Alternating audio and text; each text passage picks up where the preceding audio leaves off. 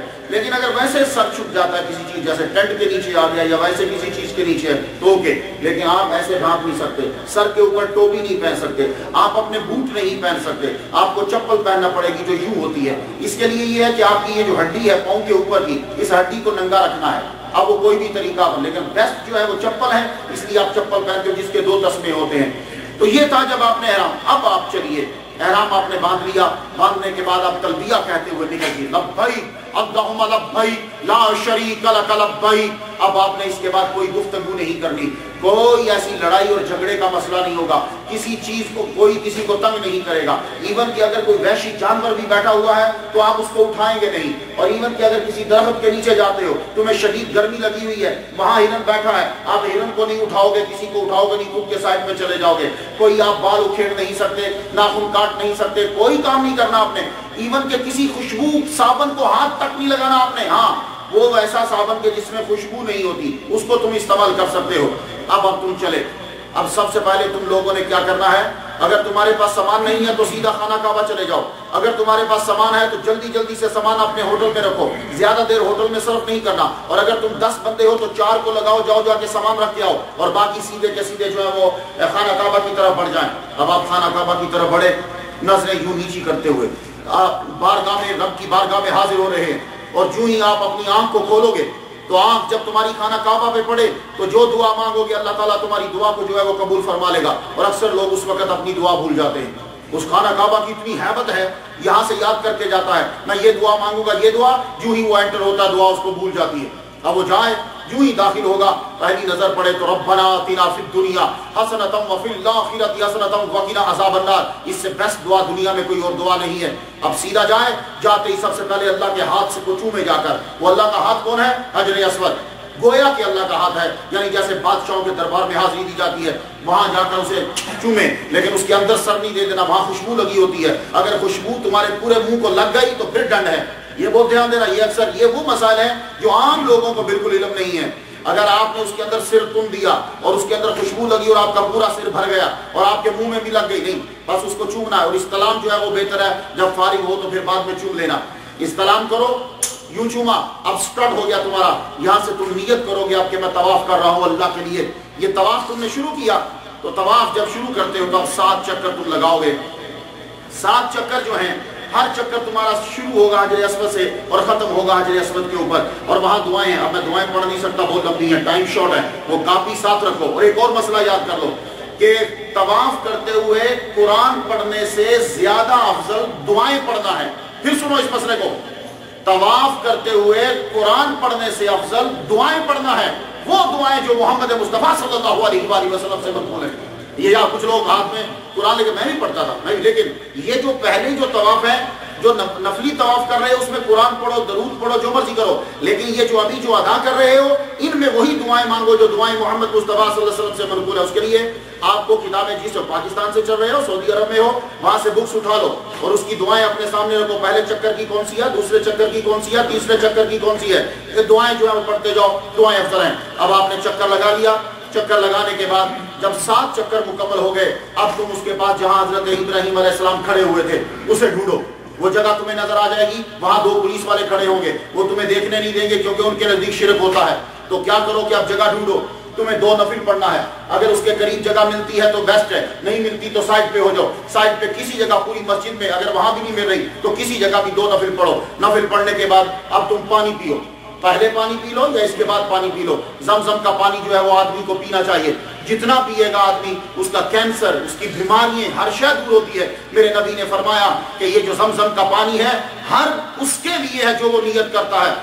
غور سے سننا اسے، یہ زمزم کا پانی اس کے لیے ہے کہ جس کی وہ نیت کر رہا ہے. تو گویا کہ زمزم پینے سے پہلے نیت کرو، اے اللہ میری ذلت اور رسوائی دور کر، اے اللہ میری بخشش کر، میں اس لیے پانی پی رہا ہوں. بعد میں دعا مانگنا تو تمہیں آتی ہے. یہ نکتہ سنو، ابھی پانی نہیں پیا تو نیت کرو کہ میں پانی کیوں پی رہا ہوں. اے اللہ مجھے علم دے دے، اے اللہ مجھے عزت دے دے، اے اللہ میرے گناہ معاف کر، اس لیے میں پانی پی رہا ہوں. اب پانی پی. پانی کو کھڑے ہو کے پینا ہے کیونکہ پانی کی رسپیکٹ ہے، پانی کی عزت ہے. کھڑے ہو کے پیو، جتنا پی سکتے ہو تم پیو، لیکن 3 سانس لینا ہے تمہیں. ہر سانس کے بعد جو ہے دعا مانگو، وہ دعا بھی وہاں لکھی ہے. آگے چلیے، تم نے پانی پی لیا، اب چلو، اب تم آ جاؤ صفا مروا کی تمہیں سعی کرنا ہے.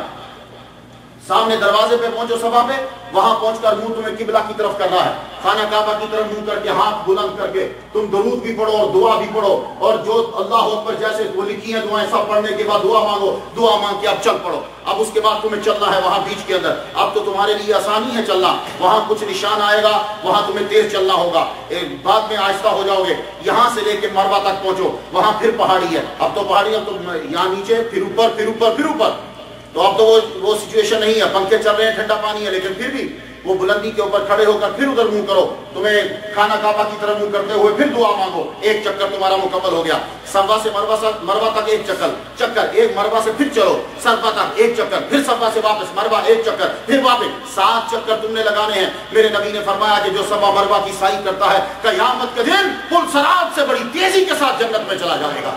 تو وہاں صفا مروا کی سعی. تو کون چلی تھی؟ یہاں ایک عورت چلی تھی، وہ بیوی جو اپنے بخامت کی عادات میں ہے، اور وہ ماں جو اپنے بچے کو بچانے میں لگی ہے، وہ ماں جو اپنے بچے کی زندگی بچانے کے لیے چل رہی تھی. قیامت تک اس ماں کی سنت برقرار رہی. امریکہ سے آنے والے ملینئر، پاکستان سے آنے والے غریب، یا کسی بھی ملک سے آنے والے امیر یا سفیر یا وزیر، تجھے اس عورت کی سنت ادا کرنا ہے. اس نے تو بچے کو بچانے کے لیے کیا تھا، تو کیوں کر رہا ہے؟ یہ چیزیں یہاں نہیں دیکھی جاتی. اب تم دوڑو، تمہارا چکر مکمل ہو گیا. تو اگر تم نے صرف عمرہ کیا کرنا تھا تو اب تم ٹنڈ کروا دو گے. صرف عمرہ تھا تو اب ٹنڈ. اگر حج کی نیت کی ہے تو تم ٹنڈ نہیں کرواؤ گے. اب غور سے سنو، ایک اور جو ہے اتنے پیسے لگا کے $6000 تو بندے وہاں کرتے کیا ہے؟ وہاں کینچی لے کے 2 دن کھڑے ہوتے، یہ میرے یہاں سے ذرا بال کاٹ دینا. تو کر کے کیا آیا؟ عمرہ. تو بال کٹوا رہا تو ابھی تک تیرا عمرہ مکمل نہیں ہوا. یہ عورتوں کے لیے ہے. عورت کیا کرے گی؟ اتنے بال کسی سائڈ سے کٹوائے گی. یہ دیکھ رہے ہیں آپ، بس اتنے پکڑ کر، چلو تھوڑا سا زیادہ کاٹ لیں لیکن یہ ہے پورا. تو اتنا کاٹ کر وہ اب آزاد ہو گئی. اگر عمرہ کی نیت ہے، حج کی نہیں، عمرہ کی ہے تو آزاد ہوگی. اور بندے کے لیے یہ ہے کہ وہ استرے کے ساتھ، سیفٹی کے ساتھ پوری شیو کروائے سارے بال. جو آدمی منڈواتا ہے، محمد مصطفیٰ صلی اللہ علیہ وسلم نے اس کے لیے 3 مرتبہ رحمت کے لیے دعا کی ہے، اور جو کٹواتا ہے اس کے لیے 1 بار کی ہے. اور دیکھو کپڑے چینج کر دیے، پیسے لگا دیے، سب کچھ چینج کر دیا. کتنے بال پہ میرا ڈیزائن خراب نہ ہوگا، ڈیزائن سیٹ رہنا چاہیے. تیرا ڈیزائن کور میں سیٹ ہوگا جائے، تو ادھر ڈیزائن سیٹ رکھ. تو بال نہیں کٹوا رہا، ڈیزائن خراب نہ ہو جائے. اب غور سے سنو، یہ مرد کے لیے ادھر ادھر سے کٹوانے نہیں ہیں، تمہیں پورے سر کے بال کٹوانے ہیں، ساری سائڈ سے۔ اگر کٹوانے ہیں تو یہ ادھر سائڈ کے نہیں ہیں، یا منڈوانے ہیں، منڈواؤ، ہر ایک بال کے بدلے خدا تعالیٰ تجھے نیکی عطا فرمائے گا۔ تو یہ بال سیٹ کر رہا، ہیرو بن رہا، وہاں جا کے بھی ہیرو بن رہا۔ رب کہہ رہا، نبی کہہ رہا کہ کٹواؤ منڈواؤ، یہ وہاں جا کے ہیرو بن رہا کہ میرے بالوں کا سٹائل نہ خراب ہو جائے کہ جب میں پاکستان واپس جاؤں تو پتا چلے ٹینڈا آ گیا ہے۔ وہ ٹنڈ رب کی بارگاہ میں مقبول ہے، اگر تو ہیرو بن کے گیا تو وہ مقبول نہیں ہے، کیونکہ رب کو تیری شکل عزیز نہیں، محمد مصطفیٰ کی شکل عزیز ہے۔ تو عورتوں کے لیے یہ ہے اور مردوں کے لیے ہے کہ پوری ٹنڈ کرواؤ۔ اب اس کے بعد ابھی آپ نکلے نہیں ہیں، یہ بات یاد رکھیے آپ، یہ میں عمرے کے لیے بتایا تھا کہ وہ تو جو حج کر رہا اب وہ واپس آ جائے، اس نے حج کا احرام باندھا ہے تو اب وہ ویٹ کرے، 8ویں کی فجر آ گئی، وہ اب ذرا مسئلہ مشکل آ گیا، سنیے، 8 تاریخ آ گئی چاند کی، 7 تاریخ کو مولوی صاحب خطبہ دیں گے، وہ خطبہ سن سکتے ہو تو سنو، نہیں تو 8 تاریخ کو، اگر تم نے 8 تاریخ کو ہر صورت میں تمہیں فجر کے بعد فجر کے وقت یہ احرام باندھ لینا ہے، اگر تم نے پہلے نہیں باندھا تو۔ اب تم نے جب 8 تاریخ کو باندھ لیا تو فجر کے بعد اب آپ وہاں سے چل پڑو گے، پیدل چل سکتے ہو تو چلو، ہر قدم کے اوپر 7 کروڑ نیکیاں رب تمہیں عطا فرمائے گا۔ اب تم نے 8 تاریخ کو، بڑے غور سے سنو، ٹائم بھی کم ہوتا ہے، 8 تاریخ کو فجر کے بعد آپ چل پڑے، احرام باندھ لیا، اب آپ حج کرنے لگے ہیں۔ یہ آپ نے حج کا احرام ابھی باندھا ہے یا پہلے باندھا ہے، یہ آپ پہ ڈیپینڈ کرتا ہے۔ اب آپ چل پڑے، وہاں ٹنل بن گئے ہیں، گاڑیاں بھی بن گئی ہیں، لیکن اگر پیدل چل، میں تو پیدل ہی چلتا تھا، چل چل کے تھک جاتا تھا لیکن چلتا پیدل ہی تھا۔ ایک قدم پہ 7 کروڑ نیکی ہے۔ اب تم مینا میں پہنچو، 8 تاریخ ہو گئی، مینا میں چلے گئے، امیر آدمی ہو تو وہاں ذرا قریب تمہیں خیمہ مل جائے گا، امریکہ سے گئے ہو، پاکستان یا دبئی سے گئے ہیں، او بھیج ان کو مزدلفہ میں، سارے غریب آدمی ادھر چلو۔ اور امیر آدمی کے لیے 14 قسم کی آئس کریم، 10 قسم کے کھانے، یہ امریکیوں کے لیے بہت مزہ آتا ہے، حج کرنے نہیں گئے، پکنک پہ گئے ہوئے ہیں وہاں، تو وہاں یہ چیزیں ان کو مل رہی، لیکن وہاں کھانے پہ دھیان نہ دو، وہاں ان چیزوں پہ دھیان نہ دو، وہاں دھیان دو تو اس طرف دو کہ رب تعالیٰ میرے گناہوں کو معاف فرما دے۔ تو اب آپ مینا میں پہنچے، مینا میں آپ نے قیام کیا، کچھ لوگ مزدلفہ میں جاتے ہیں، کوشش کرو مینا میں رکو، آگے مت جاؤ، مینا میں رکے، اب ویٹ کرو، مینا میں عبادت کرو، کوئی لطیفے بازی نہیں۔ میں جب گیا تو 7 والے خیمے میں ایک بندہ لطیفہ سنا رہا، اور 7 مولوی صاحب استغفر اللہ شروع کر دیا انہوں نے، پھر اسے سمجھ آئی کہ لطیفہ اور چٹکلا سنانا، کوئی بات آپ نے نہیں کرنی، اللہ اکبر، نبی پہ درود پڑھو، نعتیں پڑھو، تکبیر پڑھو، قرآن پڑھو، تحلیل کرو، لبیک اللہم لبیک لا شریک لک لبیک، پڑھتے چلے جاؤ، پڑھتے رہو، اسے اللہ کی توحید، یہ کلمے بلند کرو۔ اب آ گئی یوم عرفہ، نامی کی فجر آ گئی، نامی کی فجر آپ نے جو ہے وہ ادا کی، نامی کی فجر ادا کرنے کے بعد اب آپ جب سورج نکلتا ہے تو چل پڑیے، جب آپ وہاں سے چلیں گے تو آپ کو عرفہ میں پہنچنا ہے، عرفات میں جب آپ وہاں پہنچیں گے تو عرفات میں پہنچ کر آپ کوشش کرو کہ مسجد کے قریب آپ کو ڈیرا مل جائے، مسجد جو ہے اس کے قریب ملے، وہاں جو دعا مانگی جائے وہ ضرور قبول ہوتی ہے، لیکن مسجد کے قریب آپ کو جگہ نہیں ملے گی، مسجد کے اندر، مسجد کے باہر، حتیٰ کہ جو ریسٹ رومز ہیں وہ بھی فل ہوتے ہیں، سائڈیں اس کی جو ہے وہ بھی فل ہوتی ہیں، تو لیکن کوشش کرو مجھے کہیں جگہ مل جائے، نہیں ملتی تو پھر یوں کرو کہ آپ اپنے خیمے سائڈوں پہ لگا لیں، تو آپ اپنے خیمے کے اندر بیٹھ جائیں۔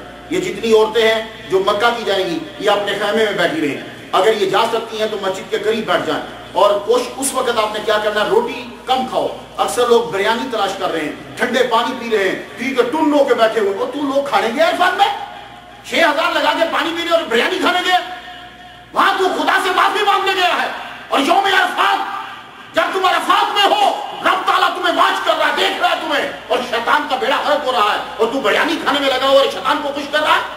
محمد مصطفیٰ صلی اللہ علیہ وآلہ وسلم رو رو کے دعائیں مانگ رہے ہیں، اب تو بھی رو رو کے دعائیں مانگ، کسی جگہ بیٹھ کر مانگ، ہر قسم کی دعا مانگ، اے مالک مجھے معاف کر دے، اے مالک میری جتنی میرے نبی کی امت ہے سب کو معاف کر، اے مالک ہم پہ نظر کرم فرما۔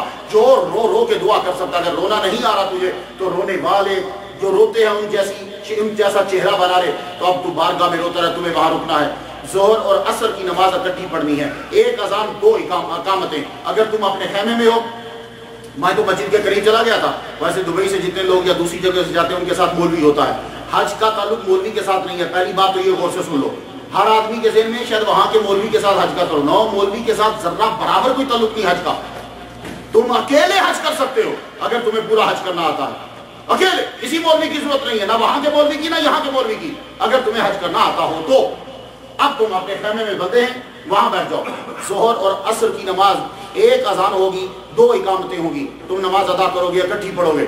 اس کے بعد مولوی صاحب وہاں کے جو آتے ہیں، نبینا سعودی عرب والے بھیجتے ہیں، وہ خطبہ دیتے ہیں. وہ خطبہ پوری دنیا میں نشر ہوتا ہے مختلف لینگویج. سنیے گا آپ وہ کیا کہتے ہیں. تو وہاں آپ لوگ عبادت کیجئے. کھانا اگر 2 روٹی کھاتے ہو تو آدھی روٹی کھاؤ. پانی بہت زیادہ پیتے ہو تھوڑا پیو، کیونکہ پانی زیادہ پیو گے گیس ہوگی تو دماغ بھاری ہو جائے گا. بہت کم کھاؤ. اب وہاں عبادت کرتے رہو. اور اب جب تم نے ظہر اور عصر پڑھ لی ہے، اب واپس آ جاؤ. اٹھ جاؤ، سامان اپنا پیک کرو، گاڑی میں رکھو. اگر پائے تو سامان چھوڑا تو اب ویٹ کرتے رہو سورج کے ڈوبنے کا. دیکھتے رہو اس کی طرف، سورج ڈوبتا کس وقت ہے. اب تمہاری آنکھوں سے آنسو جاری ہونے چاہیے. بسوں میں بیٹھے ہوئے وہ روئے، جو گاڑیوں میں بیٹھے ہیں وہ روئے. ایک آہو بکا ہے، ہر آدمی رو رہا ہے، چیخ رہا ہے. کیوں؟ اس وقت قبولیت کا وقت ہے اور شیطان نے اپنے بالوں میں راکھ ڈال لی ہے، کیونکہ رب نے اعلان کر دیا میں نے سب کے گناہوں کو معاف کر دیا ہے. تو اب تم پاکیزہ ہو کر وہاں سے چلو. سورج جب ڈوب گیا تم نے نماز نہیں پڑھنی. بڑے سے بڑا ولی اور متقی نماز نہیں پڑھ سکتا. نماز پڑھے گا تو مجرم. دھیان سے سنو، عرفات میں نماز کا ٹائم ہو گیا، کوئی مائی کا لال نماز نہیں پڑھ سکتا. پڑھ کے دکھائے ذرا مجھے نماز. نماز پڑھے گا تو گناہگار ہوگا. چل اب یہاں سے نماز نہیں پڑھ سکتا. اب یہ بیچارہ پیدل چل رہا ہے یا گاڑی پہ جا رہا ہے تو مزدلفہ میں پہنچیں گے. مزدلفہ میں پہنچتے پہنچتے رات کے 12 بج جاتے ہیں. تو 12 بجے مغرب کی نماز ہوتی ہے؟ نہیں. پر تو نماز نہیں پڑھ سکتا چاہے رات کا 1 بج جائے. اب تو 12 بجے پہنچا یا 11 بجے مزدلفہ میں پہنچا تو مزدلفہ میں پہنچ کے اب نماز پڑھ. یا اللہ، امریکہ والے مغرب کے ٹائم پہ مغرب کی نماز نہ پڑھے تو گناہگار، اور حاجی تیرے گھر میں آ کے نماز نہیں پڑھا اور تو کچھ نہیں کہہ رہا. کہا اس بات کو چھوڑ، ہمارے محمد نے نہیں پڑھی تھی، یہ بھی نہیں پڑھے گا. ہمارے نبی نے نہیں پڑھی تھی، یہ بھی نہیں پڑھے گا. ہمارے نبی نے بھی مزدلفہ جا کر پڑھی تھی، یہ بھی مزدلفہ جا کر پڑھے گا. اور تو گیا تھا بڑا پکا توحیدیہ تھا. تو اللہ کے لیے گیا تھا، اللہ تجھے نماز پڑھنے نہیں دے رہا. کیوں؟ اس لیے کہ اس کے نبی نے ٹائم پہ نماز نہیں پڑھی. تو پتہ یہ چلا نماز ضروری نہیں، محمد مصطفیٰ کی ادا ضروری ہے. ورنہ حاجی مجھے بتائے پڑھ کے دکھائے نماز عرفات میں. نہیں، مزدلفہ میں پہنچا تیری نماز قضا ہو گئی. تو اس لیے زندگی میں کم رہ گئی لائف. اسلام اصل سمجھو. اصل اسلام تمہاری یہ چیزیں نہیں ہیں. اصل اسلام محمد مصطفیٰ کا پیار ہے، نبی کی ادا ہے.